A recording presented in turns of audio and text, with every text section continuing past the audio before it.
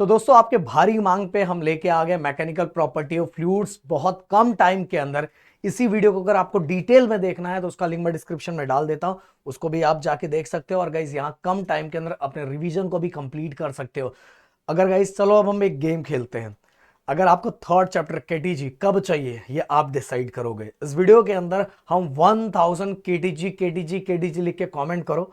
अगर 1000 बच्चे कमेंट करते हैं, साथ में इस वीडियो पर 2000 लाइक होता है, मुझे लगेगा कि आप लोगों का रिस्पांस मिल गया है। उसके दूसरे दिन वीडियो रिलीज हो जाए केटीजी का।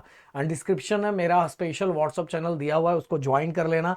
एंड दोस्तों ऐसे ही प्यार बरकरार रखना, क्योंकि ये वीडियो के बाद हमें दिखना चाहिए कि बच्चों का प्यार मिल रहा है। और हर बच्चा चैनल को सब्सक्राइब करके जरूर जाना चाहिए, जिससे हमें एक मोटिवेशन आए, मैं बाकी टीम को भी बोल पाऊँ भाई ऐसे प्यारे प्यारे वीडियो बनाओ।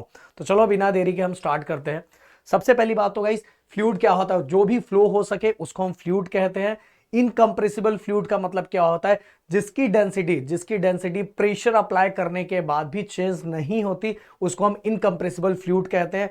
प्रॉपर्टी ऑफ फ्लूइड्स की बात करें तो गाइस, जो फ्लूइड होता है अपने आप फ्लूइड डिफॉर्म हो जाता है, मतलब अपने आप को अपोज नहीं करता है। जहां हम रखेंगे उसकी तरह हो जाता है। इवन फ्लूइड फ्लो भी करता है। साथ में गाइस टाइप्स ऑफ फोर्सेस की अगर हम बात करें तो कोहेसिव फोर्सेस सेम, अगर सेम सब्सटेंस है उनके मॉलिक्यूल्स भी सेम होंगे। अगर उनके बीच में जो फोर्सेस लग रहा है उनको हम क्या बोलेंगे? Cohesive forces. मतलब सेम सब्सटेंस, उनके लगने वाले उनके उनके मॉलिक्यूल्स भी सेम होंगे, तो उनके बीच में लगने वाले फोर्सेस को हम क्या बोलेंगे? Cohesive forces. और एडिसिव फोर्सेस की अगर हम बात करें तो डिफरेंट सब्सटेंस के जो मॉलिक्यूल्स भी होंगे वो भी डिफरेंट होंगे, और उनके बीच में जो प्यार है, मतलब उनके बीच में जो फोर्सेस है उनको हम एडिसिव फोर्सेस बोलेंगे। जैसे एग्जांपल एयर एंड वाटर ले लो। इसके बाद रेंज, मतलब एक मॉलिक्यूल्स जहां तक उसका रेंज है जो दूसरे मॉलिक्यूल्स पे अपना फोर्स लगा सके, उस रेंज को हम उस मॉलिक्यूल्स का रेंज बोलेंगे, और इसी को रेंज ऑफ मॉलिक्यूलर अट्रैक्शन कहा जाता है। अब स्पीयर, ये सेफ लिखा हो बट एक्चुअल स्पीयर है। स्पीयर ऑफ इन्फ्लुएंस क्या होता है? जहां तक मान लो ये मॉलिक्यूल्स दूसरे मॉलिक्यूल्स तक कर यहां तक फोर्स लगा सकता है, यहां तक लगा सकता है, तो हम क्या करते हैं? जहां तक ये मॉलिक्यूल्स दूसरे मॉलिक्यूल्स पे फोर्स लगा सकता है वहां हम एक स्पीयर बना लेते हैं, इसी को हम स्पीयर ऑफ इन्फ्लुएंस कहते हैं। इसके बाद गाइस मॉलिक्यूलर थ्योरी जो एग्जाम में पूछा जाता है, जो कि बहुत सिंपल है, मैं सिंपल वे में आपको बताना चाहूंगा। हमने क्या कर लिया है, ये भी वाटर के अंदर ही है। हम ए पॉइंट की अगर हम बात करें तो ए पॉइंट पे सभी वाटर के मॉलिक्यूल्स है। तो गाइस ए पे सभी वाटर के मॉलिक्यूल्स है, तो सभी जगह से लगने वाले फोर्सेस सेम है, इसीलिए रिजल्टेंट फोर्स यहां क्या हो जाएगा? जीरो। तो पॉइंट ए रिजल्टेंट फोर्स क्या हो जाएगा? जीरो। बी पॉइंट की बात करूं तो आधा से ज्यादा पार्ट, ओके, इस पॉइंट का, ये देखो ये स्फीयर ऑफ इन्फ्लुएंस बना हुआ है। इस पॉइंट का आधा से ज्यादा पार्ट किसके अंदर है? हमारे लिक्विड मॉलिक्यूल्स के अंदर है, लिक्विड के अंदर है, वाटर के अंदर है। तो भाई यहां कोहेसिव फोर्स स्ट्रॉन्गर है कंपेयर टू एडिसिव फोर्स, इसीलिए गाइस यहां रिजल्टेंट फोर्स कहां रहेगा? डाउनवर्ड डायरेक्शन में। अब सी पॉइंट की अगर मैं बात करूं तो इसका स्फीयर ऑफ इन्फ्लुएंस आधा वाटर के अंदर है और आधा एयर के अंदर। ये वाला पार्ट देखो, आधा वाटर और एयर के कांटेक्ट में, मतलब यहां एडिसिव फोर्स लग रहा है और यहां कोहेसिव फोर्स लग रहा है। बट गाइस आप सभी को पता है कि वाटर की जो डेंसिटी होती है वो ज्यादा होती है कंपेयर टू एयर, इसीलिए गाइस हम ऐसा बोल सकते हैं, here cohesive force is much more stronger then adhesive force, therefore यहां भी फोर्स कहां रहेगा? डाउनवर्ड डायरेक्शन में, इसलिए सरफेस पे टेंशन बहुत ज्यादा होता है। अब गाइस सरफेस टेंशन का अगर मैं आपको फॉर्मूला बताऊं, surface tension define as tangential force per unit length, ये याद रखना एग्जाम में पूछा जाएगा। हाइड्रोस्टैटिक्स का मतलब होता है फिजिक्स का वो ब्रांच जिसके अंदर हम लोग उन चीजों के बारे में स्टडी करते हैं जहां लिक्विड रेस्ट में होता है। जहां भी फ्लूइड रेस्ट में होगा, अगर हम उस फ्लूइड के बारे में स्टडी कर रहे हैं तो फिजिक्स का कौन सा ब्रांच है? हाइड्रोस्टैटिक। हाइड्रो मतलब वाटर, स्टैटिक मतलब रुका हुआ। अब प्रेशर का फॉर्मूला आपको पता है, pressure equal to force upon area. Okay, अगला guys pressure due to liquid column. एक कंटेनर हमने लिया है, हम एक इमेजिनरी सिलेंडर यहां बनाएंगे और इस इमेजिनरी सिलेंडर पे लिक्विड का कितना प्रेशर एक्ट होता है वो हमें फाइंड करना है। बहुत सिंपल सा है। प्रेशर का फॉर्मूला क्या था? Force upon area. फोर्स हम लोग क्या लिखते हैं? Mass into acceleration due to gravity. Mass को क्योंकि मास का फॉर्मूला क्या? Density is equal to mass upon volume होता है ना, तो ये दोनों को मल्टीप्लाई करके हम मास की वैल्यू निकाल सकते हैं, और ये वैल्यू के इसके जगह पे हम क्या करेंगे? पुट कर देंगे। देखो पुट कर दिया। अब अगर हमें ये जो सिलेंडर, इमेजिनरी सिलेंडर हमने जो निकाला है, इसका अगर हमें वॉल्यूम फाइंड करना है तो हम कैसे फाइंड करेंगे, जब एरिया, इस क्रॉस सेक्शनल एरिया को हाइट से मल्टीप्लाई करेंगे, एरिया को हाइट से मल्टीप्लाई करेंगे तो उसका वॉल्यूम निकल जाएगा, नीचे और ऊपर से ए कैंसिल हो गया और वैल्यू मिल गया रो एच जी। इस तरह से हम यहाँ का प्रेशर फाइंड कर सकते हैं। अब गाइस अगला, अब अगला मैं बताऊं वैक्यूम क्या होता है। आपको पता है जहां कोई भी गैस के पार्टिकल्स नहीं होते वो हमारा वैक्यूम होता है। इसके बाद हाइड्रोस्टैटिक्स पैराडॉक्स। हाइड्रोस्टैटिक्स पैराडॉक्स का मतलब ये होता है गाइस कि अगर हम देखेंगे तो यहाँ कंटेनर का शेप अलग अलग है, बट अगर लिक्विड, ध्यान से सुनना, अभी हमने देखा था प्रेशर हम किस तरह से फाइंड करते हैं, उसका फॉर्मूला है एच रो जी। अगर सबका बेस सेम है, बेस सेम है, हाइट सेम है, बेस भी सेम है, हाइट भी सेम है, और लिक्विड तो सेम ही है ना भाई, लिक्विड तो सेम है, तो हाइट सेम है, लिक्विड सेम है, इसलिए डेंसिटी सेम हो जाएगी और एक्सेलरेशन ड्यू टू ग्रेविटी तो सेम ही रहेगा।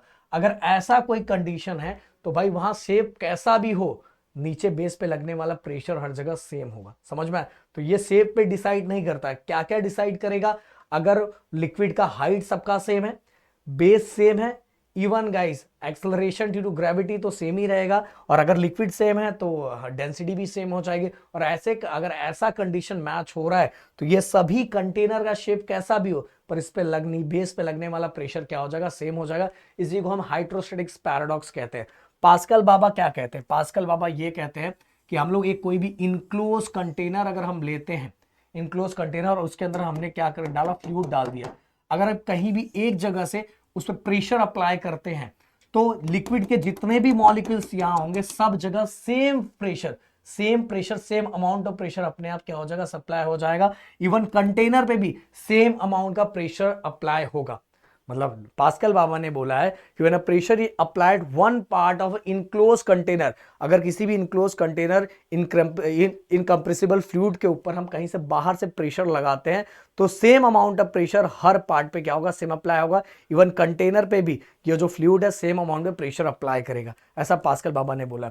अब एप्लीकेशन ऑफ पास्कल के अंदर हम ये देखेंगे कि देखो दोस्तों, यहां आपको जब कार को लिफ्ट करना था, हाइड्रोलिक लिफ्ट, तो हम यहां देखेंगे, देखो दोनों का एरिया अलग अलग है, यहां एरिया अलग है, यहां एरिया अलग है, बट लिक्विड सेम है।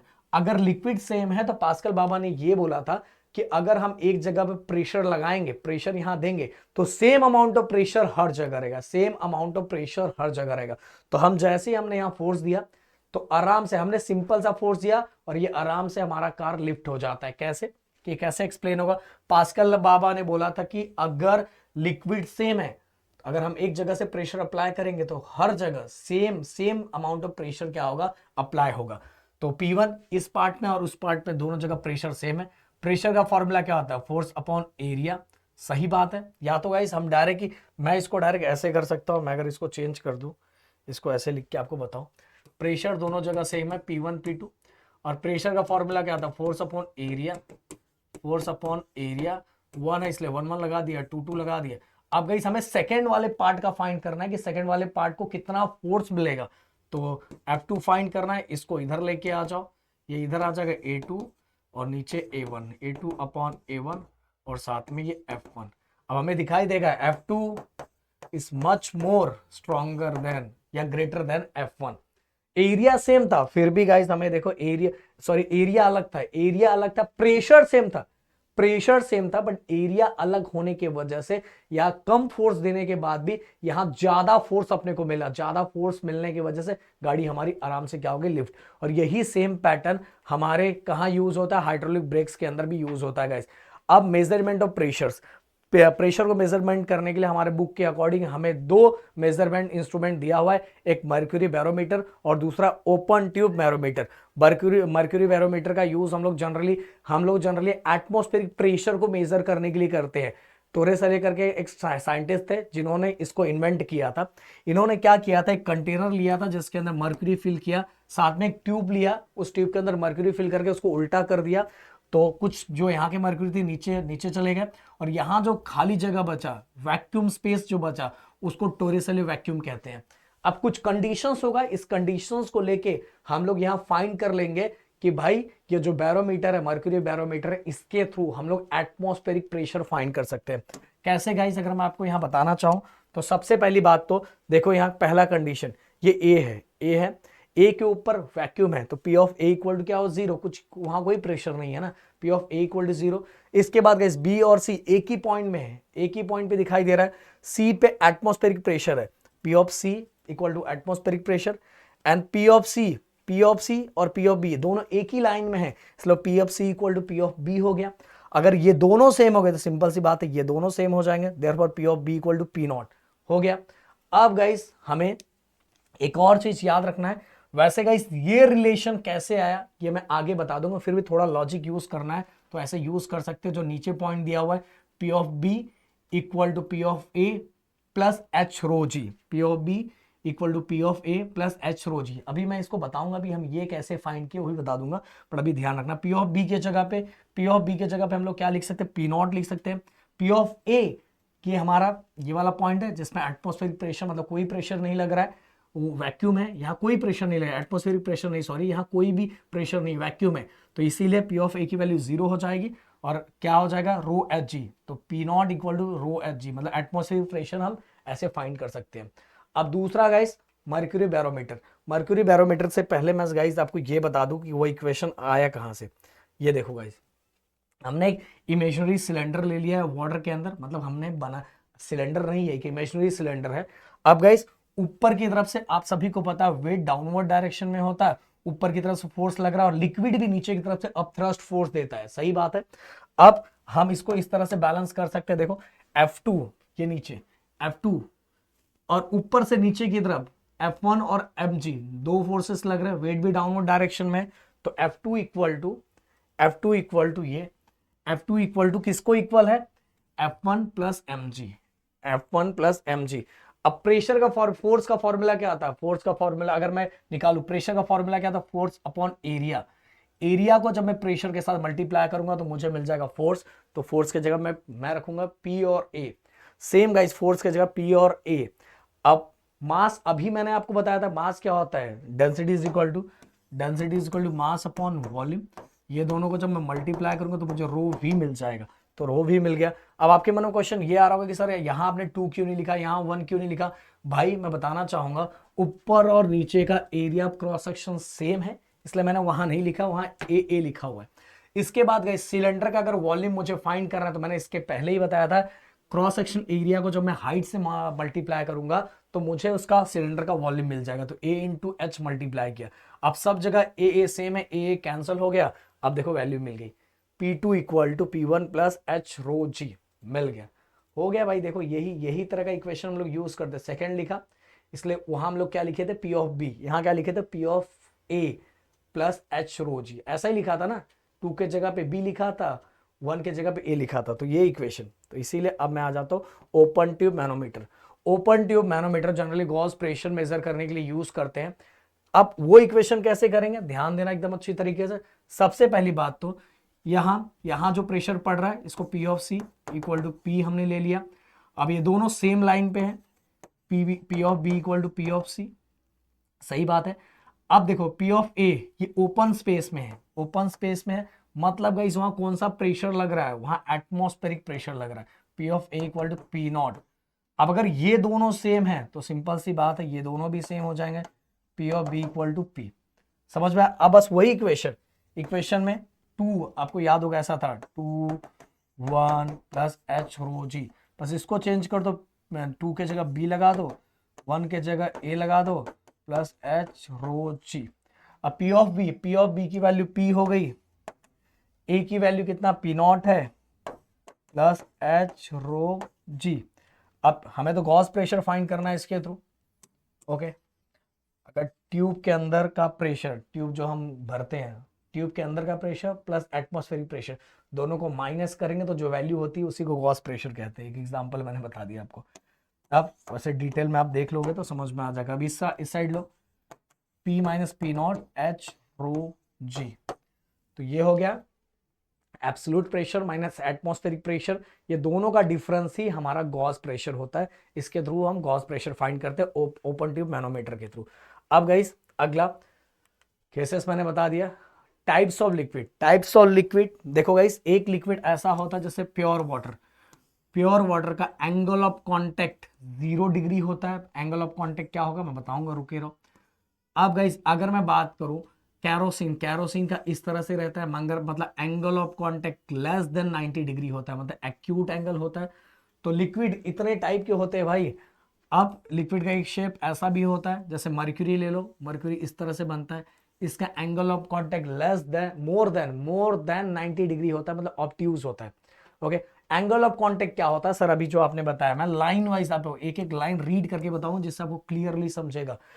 व्हेन अ लिक्विड, इसके अंदर जो डाला हुआ लिक्विड है, इसके अंदर जो डाला हुआ लिक्विड है, ध्यान देना। अब मान लो मैंने कैरोसिन डाल के रखा हुआ है।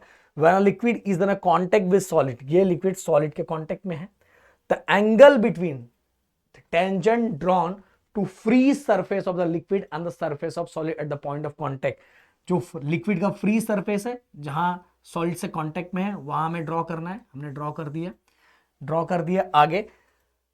Measured inside the liquid is called angle of contact. और पॉइंट ऑफ कांटेक्ट हमें कहां मेजर करना है? क्या बाहर से करना है? नहीं भाई, लिक्विड के हमेशा से अंदर से। बहुत लोग बोलेंगे सर कि यहां से एंगल ऑफ कांटेक्ट हम मेजर करें, नहीं, हमेशा उसको लिक्विड के अंदर से मेजर किया जाता है, ऐसे। तो ये हो गया इसका एंगल ऑफ कांटेक्ट। जैसे मैं यहां बताऊं, अब मैं ये वाला ले लेता हूं, ये हमारा मर्क्यूरी का है। अब लिक्विड के सरफेस पे ड्रॉ करना रहता है, ड्रॉ कर दिया, बट एंगल ऑफ कांटेक्ट हमेशा कहां लेते हैं? इनसाइड द लिक्विड लेते हैं। तो इस तरह से, तो ये हो गया हमारा एंगल ऑफ कांटेक्ट। अब एंगल ऑफ कांटेक्ट पे कौन कौन से फैक्टर इफेक्ट करते हैं जिस कारण चेंज होता है? सबसे पहली बात तो जो हमने कंटेनर यूज किया है, मतलब हमने जो सॉलिड और लिक्विड यूज किया है उसका नेचर मैटर करता है। इसके साथ ही गाइस इंप्यूरिटीज भी एंगल ऑफ कांटेक्ट को चेंज कर देती है। टेम्परेचर ऑफ द लिक्विड भी क्या करता है? लिक्विड का जो टेम्परेचर होता है वो भी एंगल ऑफ कांटेक्ट को क्या करता है? डिक्रीज करता है। इसके बाद गाइस अब हम बात करेंगे सरफेस टेंशन। सरफेस टेंशन पे किसका इफेक्ट होता है? सबसे पहली बात तो अगर सॉल्युबल सब्सटेंस किसी भी वाटर के, अगर हम सॉल्युबल सब्सटेंस वाटर के अंदर डिसॉल्व करते हैं तो सरफेस टेंशन इंक्रीज होता है। एग्जांपल सॉल्ट, सॉल्ट को अगर मैंने डाला तो पूरी तरह से सॉल्युबल है तो इसलिए सरफेस टेंशन क्या हो जाएगा? इंक्रीज हो जाएगा। बट अगर गाइस कोई इनसॉल्युबल चीज हो या पार्शियली सॉल्युबल चीज हो तो वहां सरफेस टेंशन डिक्रीज हो जाता है। ये हिंट रखो, ये पूरी लाइन मैंने डायरेक्ट आपको बता दी जिससे याद रहेगा। अब टेम्परेचर की बात करें तो टेम्परेचर और सरफेस टेंशन में इनवर्सली प्रोपोर्शनल रिलेशन है। जहां टेम्परेचर इंक्रीज होगा वहां सरफेस टेंशन डिक्रीज होगा। इतना बात याद रखना। बस एक कंडीशन अलग है, मोल्टन कॉपर और मोल्टन कैडमियम में अगर सरफेस टेंशन इंक्रीज है, टेम्परेचर इंक्रीज हो रहा है तो सरफेस टेंशन में इंक्रीज होगा। ये दिमाग में रखना। अब guys relation between surface energy and surface tension, जो कि एग्जाम में बहुत ज्यादा पूछा जाता है, ये हम कैसे फाइंड करेंगे मैं आपको फटाक से बता देना चाहता हूं। देखो गाइस, हमें फाइंड, ये एग्जाम में बहुत ज्यादा पूछा जाता है। अब मुझे बताओ टेंशन इक्वल टू क्या होता है? Force, tangential force per unit length. अब ये दोनों को मल्टीप्लाई कर दो। हमें इस साइड और उस साइड दोनों साइड का पार्ट फाइंड करना है, इसलिए मैं 2 से मल्टीप्लाई करूंगा, एफ निकल गया। हमें surface energy, surface tension find करना है, एनर्जी मतलब भाई वर्क भी फाइंड करना है।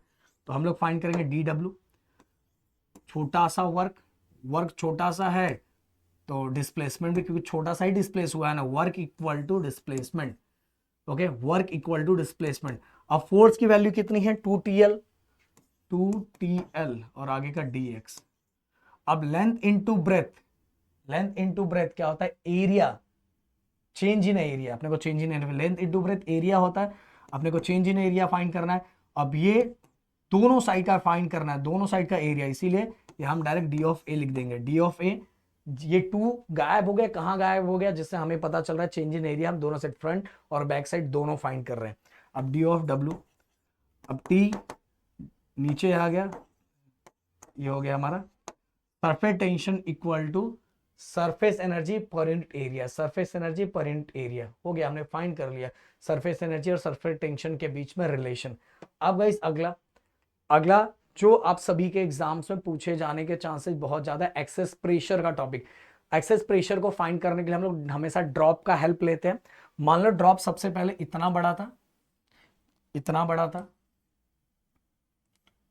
था, बट जैसे उस पर प्रेशर अप्लाई हुआ वो एक्सपांड होके इतना बड़ा हो गया, तो इनसाइड प्रेशर जैसे एक्सपांड हो गया, आउटसाइड प्रेशर, तो इनसाइड प्रेशर हैवी होगा ना भाई, तभी तो वो उसको एक्सपांड कर पाया। तो हमें इसीलिए इनसाइड प्रेशर माइनस आउटसाइड, इसीलिए इनसाइड प्रेशर को पहले लिखा क्योंकि वो पावरफुल है। Inside pressure minus outside pressure, यही एक्सेस प्रेशर अपने को फाइंड करना है।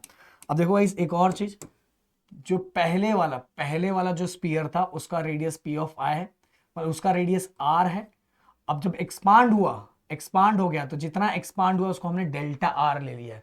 पर अगर मैं पूछूं कि टोटल कितना एक्सपांड हो गया तो आर प्लस डेल्टा आर, पहले आर था और कितना एक्सपांड हुआ डेल्टा आर, टोटल कितना एक्सपांड हुआ आर प्लस डेल्टा आर।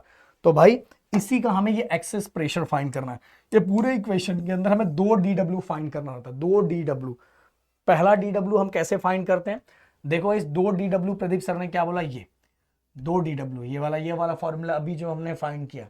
पहला DW ये जिसमें टेंशन और चेंज इन एरिया चाहिए। तो चेंज इन एरिया, पहले एरिया कितना था बाद में एरिया कितना, दोनों के बीच का डिफरेंस, वो दोनों के बीच का डिफरेंस मिल गया, माइनस कर दो आपको चेंज इन एरिया निकल जाएगा। तो चेंज इन एरिया पहला DW इससे निकल जाएगा और दूसरा DW हमारा गाइस इधर है। ओके, ये दोनों DW की वैल्यू निकल गई है, देखो यहां निकल गया, दोनों को कंपैरिजन कर दो आपका एक्सेस प्रेशर निकल जाएगा। तो सबसे पहले पहला DW निकालने के लिए हमें चेंज इन एरिया चाहिए, और चेंज इन एरिया पहले एंड बाद में, मतलब पहला area initial area A1 4 pi R square, area of sphere का फॉर्मूला यही होता है। फिर जब एक्सपांड हुआ तो 4 पाई आर पहले था और जितना एक्सपांड हुआ डेल्टा आर, तो आर प्लस डेल्टा आर का होल स्क्वायर। अब यहां लगा देंगे a plus B whole square का फॉर्मूला, ए स्क्वायर ये a है ये b है, A square plus 2ab plus B square कर दिया। अब गाइस 4 बाय को अंदर मल्टीप्लाई करेंगे, 4 बाय आर स्क्वायर, 4 2 सा 8 और साथ में पाई और साथ में डेल्टा आर। अब 4 पाई को यहां मल्टीप्लाई करेंगे, 4 5 डेल्टा आर स्क्वायर। अब देखो गाइस यहां एक कंडीशन लिया जाता है कि डेल्टा आर बहुत ज्यादा छोटा है तो डेल्टा आर स्क्वायर और ज्यादा छोटा होगा, तो जो बहुत ज्यादा निग्लिजिबल है उसको हम 0 काउंट कर लेते हैं, तो ये कैंसिल हो जाएगा। अपने पास A2 की वैल्यू क्या बचेगी, 4 पाई आर स्क्वायर पर 8 पाई आर डेल्टा, ये बचेगा, इतना बचेगा। बट गाइस हमें क्या चाहिए था, पहले DW के लिए चेंज इन एरिया, कितना एरिया चेंज हुआ है, इसलिए A2 को A1 से हम लोग क्या करेंगे माइनस कर देंगे। जैसे ही हमारे माइनस करेंगे 4 pi R square 4 pi R square cancel, अपने पास ये बचेगा, तो डी ऑफ ए बचेगा, डी ऑफ ए आ गया। अब सरफेस टेंशन सरफेस एनर्जी वाला फॉर्मूला यूज करो, क्योंकि हमें तो DW चाहिए, तो इसको इसके साथ मल्टीप्लाई करो, T इंटू DA, DW मिल गया। अब चेंज इन एरिया हमने निकाल दिया 8 पाई आर डेल्टा आर, तो पहला DW निकल गया। अब दूसरा DW कैसे फाइंड करेंगे, work equal to force into displacement, छोटू सा वर्क छोटू सा डिस्प्लेसमेंट, इसलिए डेरिवेटिव डी लगाया हुआ है। अब छोटू सा डिस्प्लेसमेंट हुआ है, पहले इतना था डिस्प्लेस हो गया, तो work equal to force into displacement, D D इसलिए लगाया हुआ है क्योंकि छोटू सा डिस्प्लेसमेंट। अब हम क्या करेंगे, हमें इस फोर्स की वैल्यू चाहिए। फोर्स की वैल्यू हम लोग कैसे निकालेंगे, pressure equal to force upon area, pressure equal to force upon area. अब प्रेशर यहां प्रेशर नहीं एक्सेस प्रेशर है, इसलिए यहां ये ऐसा लिखा हुआ है इनसाइड माइनस आउटसाइड, इसीलिए एक्सेस लिखा हुआ है। तो pressure equal to force upon area, और एरिया हमें क्या कंसीडर करें, स्पीयर कंसीडर किया है ना, इसलिए किसका फॉर्मूला लिखा है, एरिया ऑफ स्पीयर का, इसलिए 4 पाई आर स्क्वायर लिखा हुआ है। अब क्या करेंगे, हम इसको इसके साथ मल्टीप्लाई कर देंगे, देखो मल्टीप्लाई किया तो हमें एफ मिल गया। अब एफ की वैल्यू हम यहां पुट कर देंगे, तो D W equal to F की वैल्यू देखो हम यहां पुट कर रहे हैं, एफ की वैल्यू जो आई थी inside minus outside 4 pi R square, तो ये भी इंटू डेल्टा आर, डेल्टा ये वाला, तो डेल्टा आर स्क्वायर। तो देखो इस 2 DW मिल गया, फर्स्ट और सेकेंड दोनों DW को कंपैरिजन कर देंगे, कंपैरिजन करेंगे, रख दिया इक्वल टू इसको रख दिया। अब गाइस क्या होगा, दो पाई पाई दोनों साइड से कैंसल, एक आर कैंसल, अभी भी एक आर बचा, delta R cancel.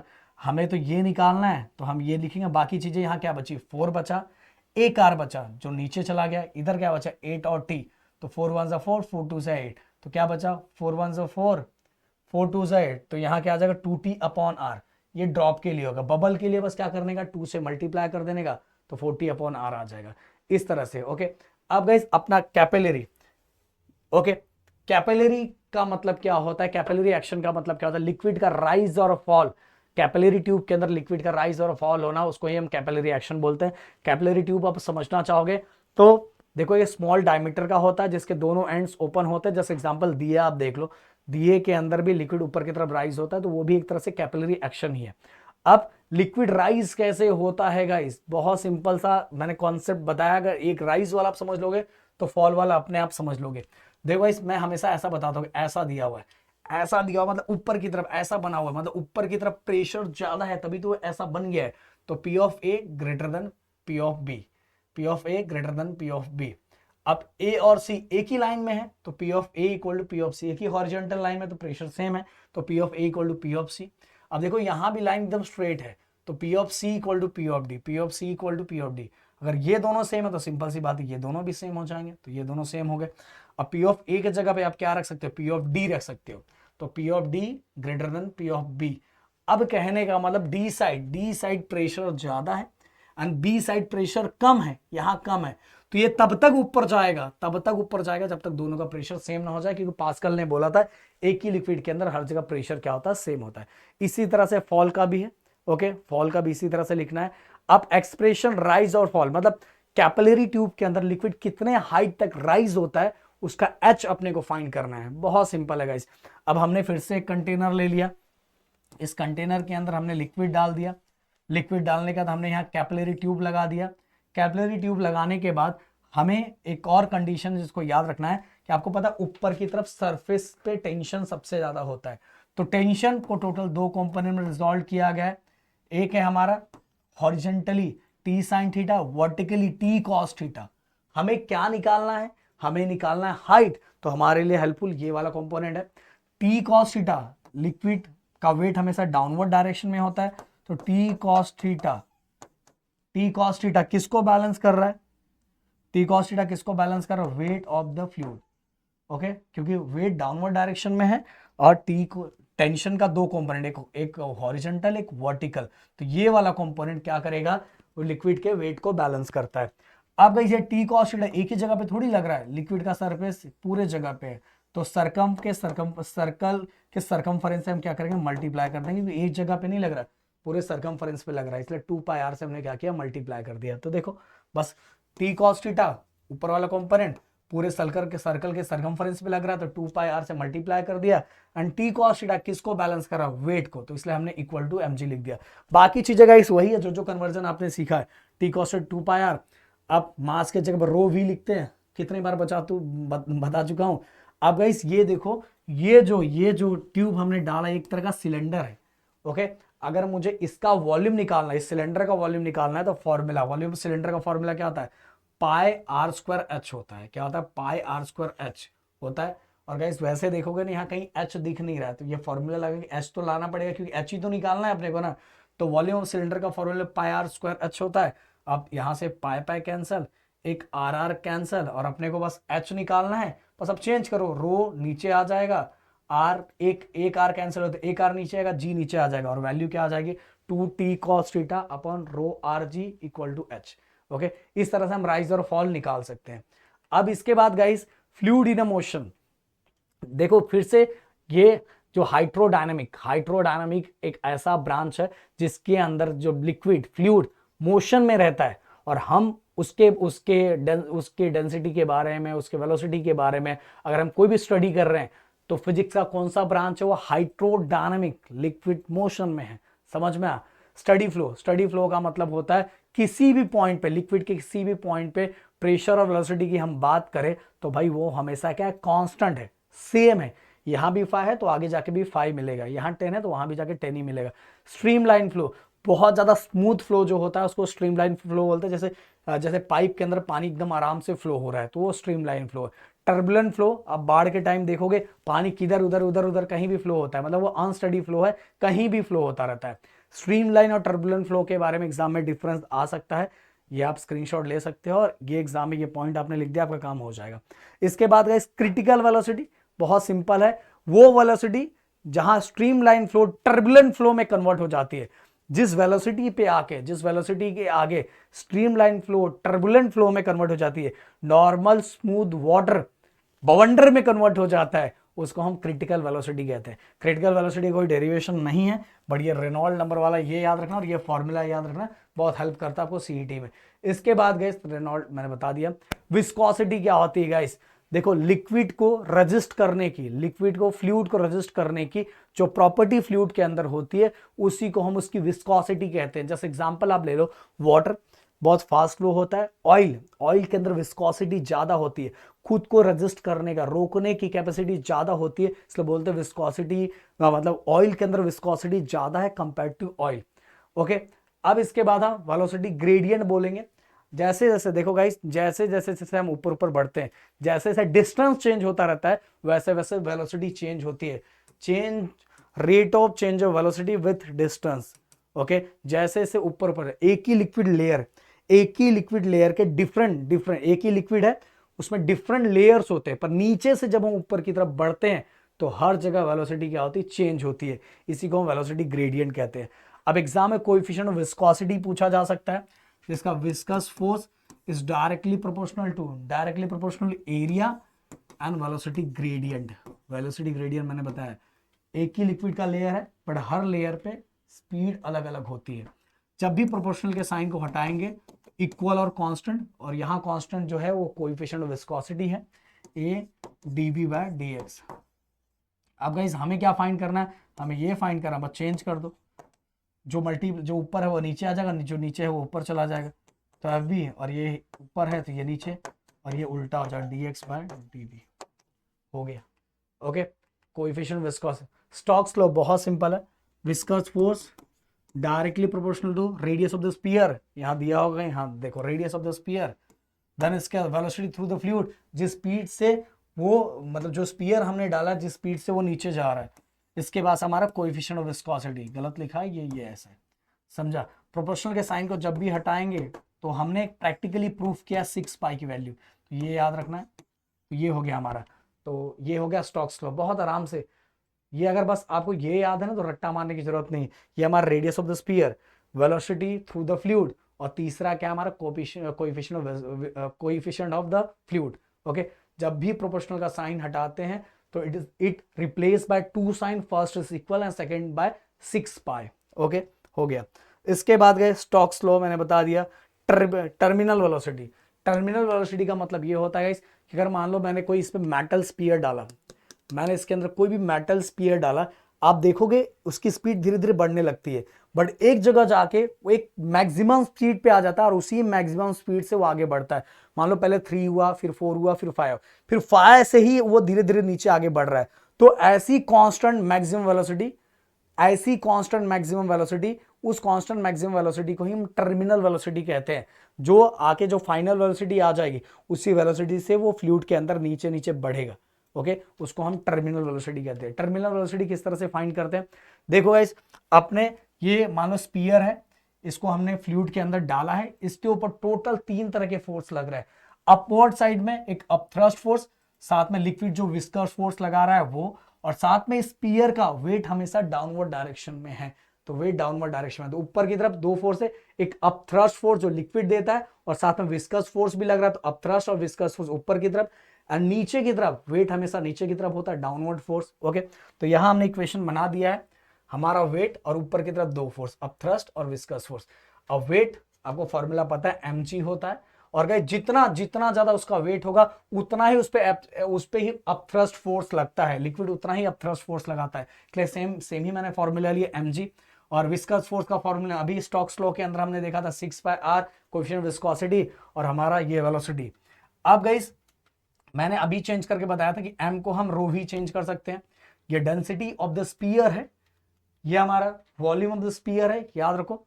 And guys same guys, जितना मैंने क्या बोला, जितना स्पीयर का जितना मास होगा, जितना वेट होगा, उतना ही क्या करने वाला है, सामने लिक्विड उसके ऊपर क्या लगाने वाला है, विस्कस फोर्स लगाना है, उतना ही लगाने वाला है। इसीलिए गाइस, पर यहां लिक्विड लगा रहा है इसलिए फॉर्मूला सेम होगा, बट यहां ये स्पीयर की डेंसिटी है, ये लिक्विड की डेंसिटी है। ओके, और जितना जगह स्पीयर का होगा वॉल्यूम सेम टू सेम उतना ही स्पेस कवर करेगा ना लिक्विड के अंदर, इसलिए वॉल्यूम का फॉर्मूला सेम होगा। जितना मेटल का स्पीयर उतना ही जगह लिक्विड के अंदर खाली हो रहा है ना, तो वॉल्यूम लिक्विड का भी वही सेम यूज करना है, जो वॉल्यूम हमने स्पीयर का लिया है वही सेम वहां अप्लाई करना है। आगे जी, अब देखो आगे का सेम रखा, फिर वॉल्यूम ऑफ स्फीयर का फॉर्मूला 4/3 पाई आर क्यूब होता है, मैंने बोला सेम ही लेना है, क्या है 4/3 पाई आर क्यूब ले लिया, आगे का जी लगा दिया, और अपने को फाइंड क्या करना है, अपने को क्या फाइंड करना है, वो वेलोसिटी फाइंड करनी है, मतलब ये फाइंड करना है। अब बस सबको चेंज करो, ये इस साइड है इक्वल की साइड है प्लस में, इस साइड आके माइनस हो जाएगा, देखो माइनस हो गया। अब इसमें से जो सेम है इसको निकाल दो, 4 पाई आर जी, ये सब सेम था, बाहर आ गया, अंदर क्या बचा, रो माइनस सिग्मा, ये अंदर बचा। अब दोनों साइड से जो जो कैंसिल हो गया, जो जो बचे, जो जो सेम सेम है उसको कैंसिल कर दो। कैंसिल करके क्या बचा, 4/3 R square G rho minus sigma 6 coefficient viscosity और वेलोसिटी। अपने को तो यही निकालना है ना भाई, तो ये दोनों को डिवाइड में लेके आ जाओ। ये दोनों डिवाइड में आएंगे तो 6 3 से कितना हो जाएगा 18, और ये भी डिवाइड में आ गया। अब इसको सिंप्लीफाई कर सकते हो, 4 को 2 के टेबल में 4 और 18 दोनों आ जाता है, 2/9 हो गया और v मिल गया। तो यही हो गया अपनी टर्मिनल वेलोसिटी। इसके बाद गाइस अगला equation of continuity. Equation of continuity का मतलब क्या होता है गाइस, देखो सिंपल सी बात है, अगर हम एरिया कम करेंगे तो स्पीड बढ़ जाएगी, एरिया कम करेंगे तो स्पीड बढ़ जाएगी, और स्पीड कम करेंगे, अगर मतलब एरिया हमने कम किया तो लिक्विड का स्पीड बढ़ जाता है। आपने मस्ती किया होगा, पाइप कभी पाइप को ऐसे दबा दो, देखो पानी दूर फेंकने लगेगा। वही अगर हम एरिया बढ़ा देते हैं तो लिक्विड का स्पीड देखोगे कम हो जाएगा। समझ में आया?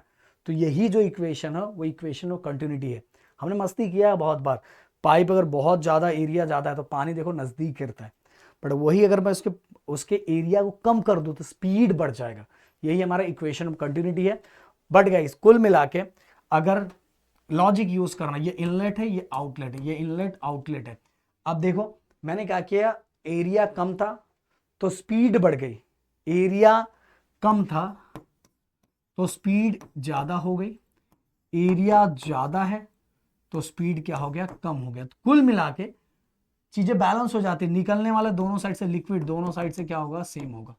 ओके, क्योंकि जहां एरिया कम हो जा रहा है वहां लिक्विड बैलेंस कर ले रहा है, और जहां स्पीड कम है, जहां एरिया कम है वहां स्पीड मैनेज कर ले रहा है, और जहां एरिया ज्यादा है वहां स्पीड फिर से कम होकर मैनेज हो जा रहा है। तो कुल मिला से लिक्विड इनलेट और आउटलेट पे सेम ही निकलेगा अगर सेम पाइप है। तो M1 इक्वल टू M2 हो गया। एंड साथ में गाइस अगर लिक्विड सेम निकल रहा है तो सिंपल सी बात है, दोनों इनलेट और आउटलेट पे वॉल्यूम भी क्या होगा, सेम होगा। तो M1 M2 अभी हमने फॉर्मूला देखा था, हम ऐसे चेंज कर सकते हैं क्योंकि डेंसिटी इज इक्वल टू क्या होता है, मास अपॉन वॉल्यूम, तो ये दोनों कर सकते हैं।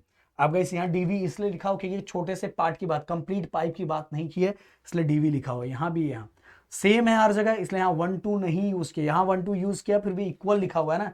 तो इनलेट और आउटलेट पे मास सेम है, डेंसिटी और वॉल्यूम इनलेट और आउटलेट पे सेम है।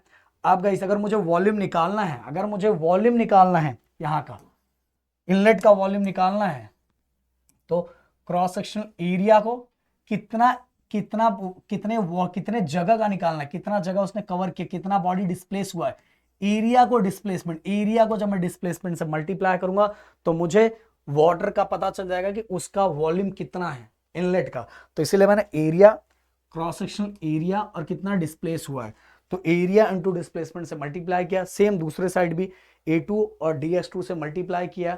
अब गाइस अगर मुझे डिस्प्लेसमेंट फाइंड करना है, डिस्प्लेसमेंट फाइंड करना है, तो मेरे पास एक फॉर्मूला है, speed equal to distance upon time, speed equal to distance upon time. ये दोनों को मल्टीप्लाई करो, dx की वैल्यू निकल जाएगी, और इसी तरह से dx2 की वैल्यू निकल जाएगी। dx1 v1 dt होता है तो dx2 क्या आ जाएगा, v2 dt हो जाएगा। अब ये दोनों की वैल्यू यहाँ रख दो, dx1 के जगह v1 dt रख दो, dx2 के जगह v2 dt रख दो। रो लिक्विड तो सेम है तो दोनों साइड डेंसिटी सेम ही होगी, तो रो कैंसल, टाइम सेम ही लेना पड़ेगा ना, पहले इधर 1 घंटे में कितना जा रहा है, वहां से 1 घंटे में कितना निकल रहा है, तो टाइम भी सेम होगा, तो dt dt क्या हो गया, कैंसल, और ये आ गया हमारा continuity equation A1 v1 equal to A2 v2। अगर मैं इसको डिकोड करूं तो अगर सेपरेट डिकोड करूं तो इसका मतलब ये है, देखो A1 v1 मतलब v हमारा आ गया इन्वर्सली प्रोपोर्शनल, जहां स्पीड ज्यादा है वहां एरिया कम है, समझ में, और जहां एरिया ज्यादा है वहां स्पीड कम है। ये हो गया हमारा इक्वेशन ऑफ कंटिन्यूटी। अब guys Bernoulli's principle, Bernoulli's principle के अंदर गाइस मैं बस एक ही चीज आप लोग को बताना चाहूंगा, बर्नौलीज प्रिंसिपल के अंदर क्या चीजें फाइंड करनी रहती है। इसके अंदर गाइस हमें फाइंड करना था pressure energy at inlet, potential energy at inlet and kinetic energy at inlet.